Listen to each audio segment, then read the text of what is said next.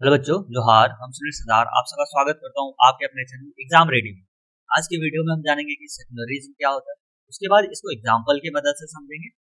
उसके बाद हम जानेंगे कि आखिर सेकुलरिज्म को इसलिए मेंटेन करना जरूरी है। तो चलिए अब हम जानते हैं कि आखिर सेकुलरिज्म होता क्या है। What is secularism? Secularism refers to the principle of separating religion from government affairs, ensuring that no particular religion receives special treatment and that all individuals have the freedom to practice their religion or belief without any discrimination। ये तो हमने एक general definition देखा कि secularism क्या होता है, लेकिन हम इसको सिंपल लैंग्वेज में समझेंगे। देखिए, सेकुलरिज्म क्या है? एक प्रिंसिपल है जो बेसिकली बिलीव करता है कि जो गवर्नमेंट है वो रिलीजियस अफेयर्स में इंटरफेयर ना करे। दूसरा क्या है, अगर कोई कंट्री एक सेकुलर कंट्री है तो उसमें एक ही रिलीजन को बढ़ावा ना दिया जाए, बल्कि सब रिलीजन के डेवलपमेंट के लिए काम किया जाए। और तीसरा पॉइंट क्या है कि हर एक इंडिविजुअल के पास फ्रीडम होना चाहिए कि वो अपने रिलीजन को प्रैक्टिस कर सके, प्रोपोगेट कर सके without the fear of discrimination. तो ये हमने एक सिंपल लैंग्वेज की मदद से समझा कि आखिर सेकुलरिज्म होता क्या है। चलिए अब हम समझते हैं एग्जाम्पल की मदद से आखिर सेकुलरिज्म होता क्या है। देखिए, इंडिया को एक सेकुलर कंट्री कहा जाता है। क्यों इंडिया को आखिर सेकुलर कंट्री कहा जाता है? क्योंकि इंडिया में जो सिटीजन है उनको फ्रीडम है कि आप अपने रिलीजन को प्रैक्टिस कर सकें without the fear of discrimination. क्योंकि कॉन्स्टिट्यूशन ही उनको अधिकार देता है कि आप अपने रिलीजन को प्रैक्टिस कर सकते हैं without the fear of any discrimination.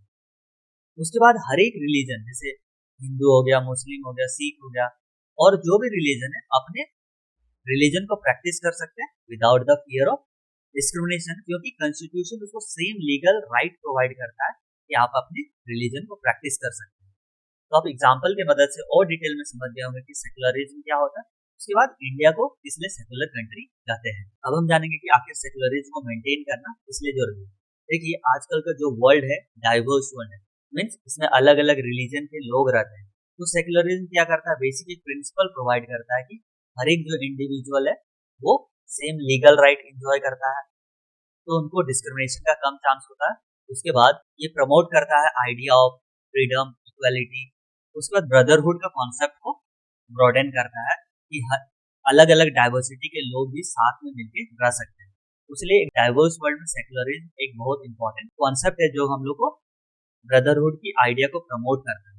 आज के वीडियो को मैं कंक्लूड करता हूँ। देखिए, आजकल का जो वर्ल्ड है बहुत डाइवर्स है, अलग अलग रिलीजन के लोग रहते हैं, अलग अलग प्रैक्टिस करते हैं, लेकिन फिर भी सेकुलरिज्म जो है एक वाइटल कॉन्सेप्ट है जो यूनिटी इन डाइवर्सिटी को प्रमोट करता है।